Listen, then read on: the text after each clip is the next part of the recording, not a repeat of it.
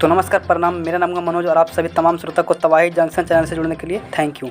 तो दोस्तों, अचानक से खेसारी जी लाइव आकर गुस्से में क्या बोल दिए, सुनिए आप लोग। दिल में एक जगह बनाने के लिए मैंने अगर साड़ी पहन ही लिया तो मैं कौन सा गुनाह कर दिया यार।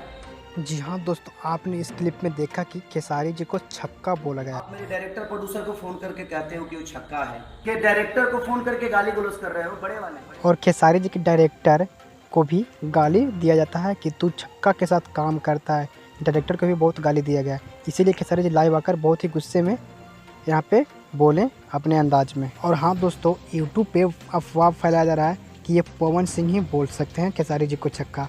तो ऐसा बात नहीं है दोस्तों, खेसारी जी को पवन सिंह ने नहीं बोले हैं। जैसा कि आप लोग देखें कि यहाँ पे मैंने क्लिप को पूरा देखा था, बट यहाँ पे पवन सिंह का नाम खेसारी जी ने नहीं लिए थे। यहाँ तक बात है, love you I love you मैं चाहता हूँ कि एक बार आप मेरे सामने आकर मुझे मारने का काम करें, मैं आपका सम्मान करूँगा। और हाँ दोस्तों, यहाँ पे देखें कि जैसा कि खेसारी जी को मारने की भी धमकी मिल रही है, तो खेसारी जी ये बता सकते हैं कि उनको कौन यहाँ पे गाली दे रहे हैं और मारने की धमकी दे रहे हैं।